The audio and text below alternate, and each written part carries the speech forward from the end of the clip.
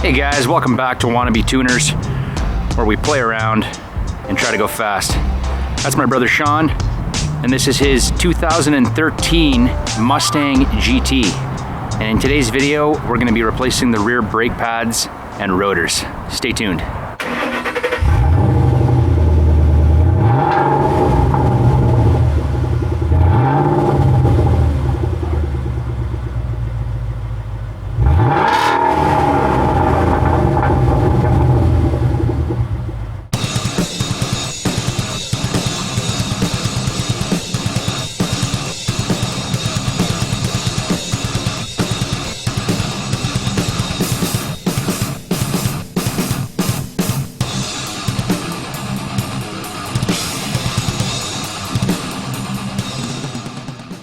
So the first thing we got to do, take the rear wheel off.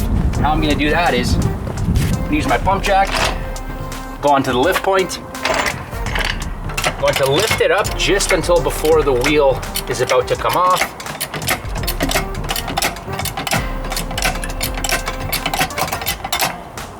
I crack the wheel nuts loose now. We put 2 bricks in front of the front wheels for safety. And we're gonna do one side at a time. We're gonna do the left rear brakes, then we'll lower it, then we'll do the right rear brakes. So whatever happens on this side, pretty much a repeat on the right rear. Now on these Mustangs, there's a little triangle here to let you know where the lift point is. I'm gonna get a jack stand, and I'm just gonna put it underneath the rear axle for added safety. Gonna lower the pump jack slowly onto the jack stand. Once it's on there, I'll just leave my pump jack here under a little bit of tension, but the jack stand's gonna be doing most of the work. The wheel nuts are a 21mm socket as far as I can tell. Feels a little loose, but it'll do the job.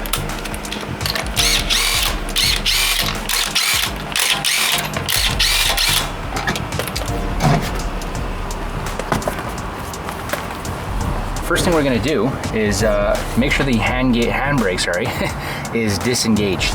We do have the bricks in front of the front wheels just so the car doesn't roll, and we still have the right rear wheel touching the ground, so that should be okay. So I'm going to disengage the handbrake so we can get the caliper off. Take these 13mm bolts off, 13mm, for the caliper sliders. So I will crack these loose gently. Okay, so those are out. These are 13mm bolts. Can you see that? Is that focused? Yeah, just focused. They don't look too rusty or anything like that. I'm gonna take my flathead and I'm just gonna pry the caliper off. But watch out for the caliper piston boot. You don't wanna rip that. You don't wanna rip that boot in there. I'll show you once I have it off. I've never done brakes on a Mustang. It's the first time we're doing it. But it's like anything else, really. Pretty rusty, eh? So that's off. It is rusty, that's for sure. So now that we got this off, we'll take these clips off here for the pads. This is very easy, guys. This is very easy. Now this looks like a 15mm. These are for the brake pad carriers. There's one here and there's one at the bottom. So those are 15mm. I'm gonna get those cracked loose. Let's see if I can do it with a small ratchet.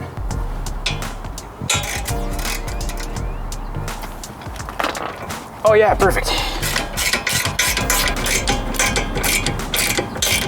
And then there's one down here, and then this whole thing should come off. All right, so I had to use the bigger bar on this lower bolt here. I got it loose. It's kind of scary though. Tight? It was tight. It was rusty a little bit, but not too bad. Just as long as you know how to loosen tight bolts and not smash your hand against the fenders, you'll be fine. So look at that. We got this off. Okay, the rotor can come off. We do have to make sure, you see these sliders? They're actually not even seized. But what we're gonna do is we're gonna take them out, clean them off, and put some fresh grease on them, fresh lube. But first, let's take this rotor off. You can see all that rust on the back side of the rotor here. That is definitely inhibiting your braking performance. All right, put this to the side. Here's some grease here. Bring the KY out. Yeah, the KY lube. This is old grease, we'll just wipe it off. Make sure you put them in the same spot. Just slide out, nice and easy. I think these pins here might be the same. but some vehicles have different types of pins for the upper and lower. So just remember where you took them out. So what I'm gonna do is I'm gonna take some of this Silglide brake lubricant. Just gonna add it to this piece here, this slider pin. This goes here. You just clip back in? Yeah, it just pops back in. There's a little boot here. Oh, the boot holds it in We're place. good. Okay. And then you can actually take your brush, your steel wire brush, brush off the area where the pads would normally be. Well, in this case, you've got clips which sit on top, but you want those clips to sit flat and flush. So just clean that off a little. You can even use a file, which we do have. We'll use a file just to be on the extra safe side. And then you go in here into the hub, clean off the hub surface so the rotor sits nice and flat and flush against the hub. Because if not, you might have vibrations if the rotor is not sitting like it should. You should be wearing some safety glasses for this. And I'm taking a risk right now. Taking a big risk. Safety first. I'm gonna do the mechanic squint. You could spray some brake cleaner on here. Spray. For the most part, this hub looks pretty clean. This piston, we have to compress this piston back. Now I looked online, some people use a pair of needle nose pliers. What they do is they take the needle nose pliers, they pop it into these grooves here, these holes, and then they twist as they push. We're not gonna do that. I actually borrowed a tool from a colleague, and we're gonna see how it works out. Let's see this tool. This is a caliper piston compressor tool. I think it's number 6. Well, the guy on YouTube was not lying. It is number 6. All right. Little holes will line up with the holes on the piston. Now, as I turn this plate is going to push up against the caliper there. All right, you see how I'm spinning it and the piston's being compressed. One thing you can do is make sure the boot is clean so no dirt tears the boot. See what's going on? Oh God, that is tight. A lot of people complain about a design like this, though. It's kind of stupid. I don't know why they would do that, to be honest. You gotta ask the engineers that built it. Ford, what the hell? Piston's all the way compressed. Yeah. Just give this a little bit of a brushing. Obviously, I'm trying not to stab the boot right here. I'm gonna grab a file. Just gonna do carriers here. Smooth it out.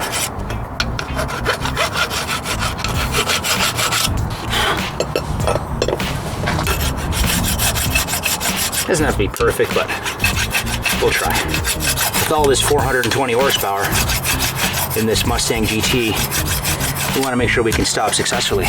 Give it a last little brushing. Now that we're all cleaned up, we've got our piston compressed back, we got our brake pad carriers nice and cleaned here, the hub is cleaned.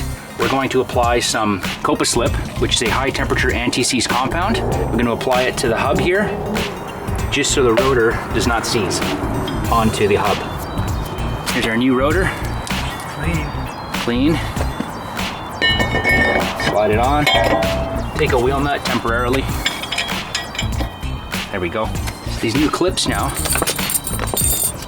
have these little tabs here. They're just going to pop into the carriers here. They don't actually really clip in place, it's more like friction. Just make sure it's fully seated. And then we're gonna put this back on with our 15mm bolts.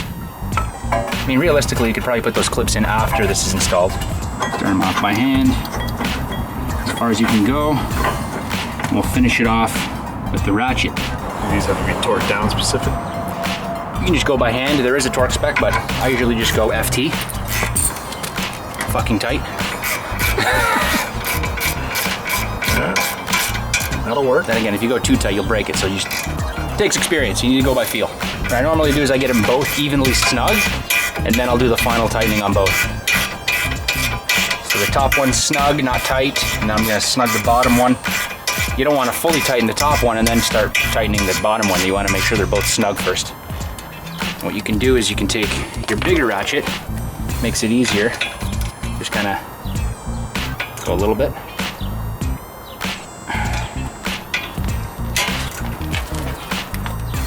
Remember, it's small bolts, you don't want to go too crazy, especially on a long bar like this. You have a lot more leverage, so you gotta remember that, because it will snap if you go too tight.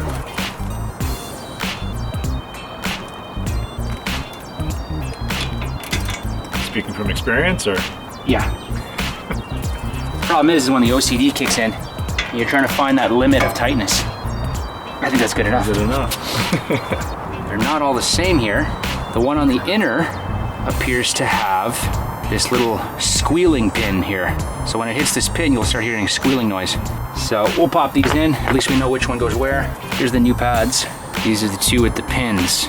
So you want to compare your old pads. Looks like this one here matches up. Both have the squealing pins right there. So we're gonna use this one. You can see the other pad on the right rear, the squealing pin is on the bottom. So that's how we know the difference. Now what we're gonna do is make sure the pads are clean, take some of the anti-seize, apply it to the contact points on the pad.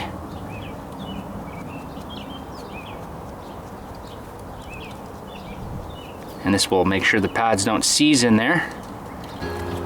Just pop this in. How easy does that go in? Oh, pretty easy. All right, not bad. Not bad, I like that. Ford, good on you, Ford. You did something right. Now the outer pads look the same between the left and right, so I don't think we have to worry about that. They're not marked, make sure they're not marked, so they're the same. Same kind of deal. Application of anti-seize.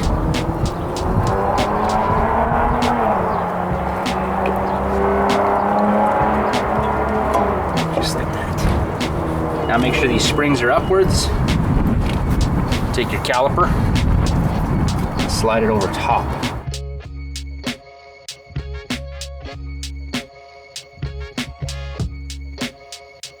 These sliders have a flat spot here.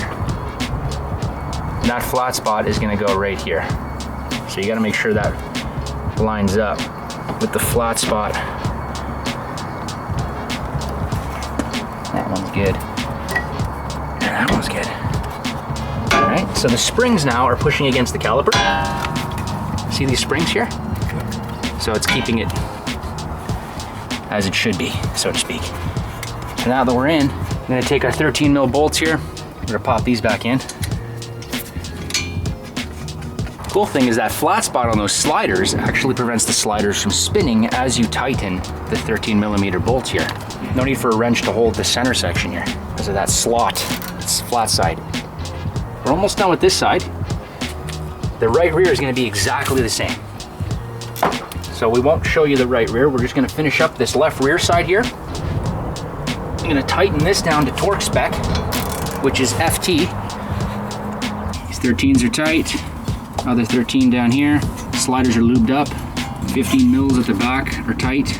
We're all good. Let's put the wheel on, torque it to spec. Look at this Mustang wheel right here. Jeez. Yeah, it's seen better days.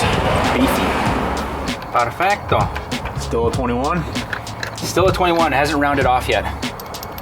What's the difference, imperial or metric? If it's 21, that's what, 21 millimeter, that's metric? Or imperial? No, that's metric. Metric. So imperial would be fractions. You got it. So a 21 in imperial is what?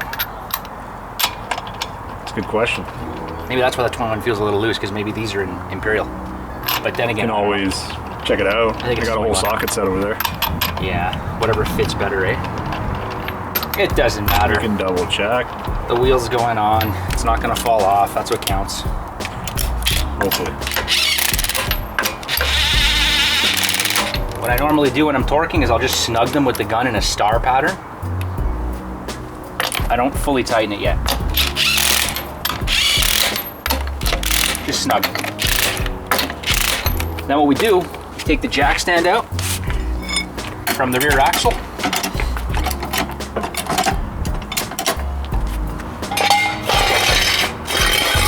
That out of the way.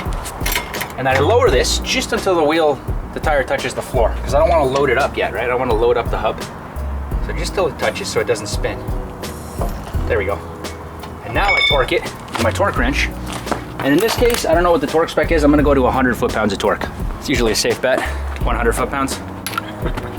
So as you can see, still got some rotation. Just keep going until it reaches 100.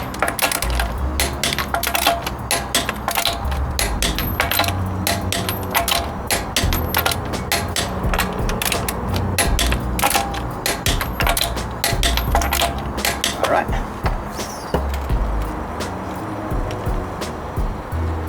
And just like that, guys, that is how you do rear brakes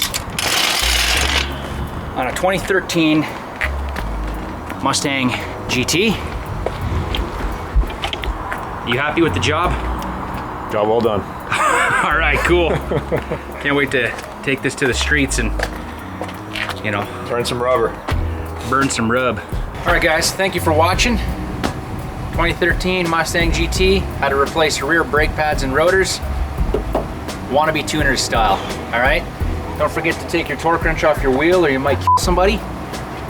See you in the next video.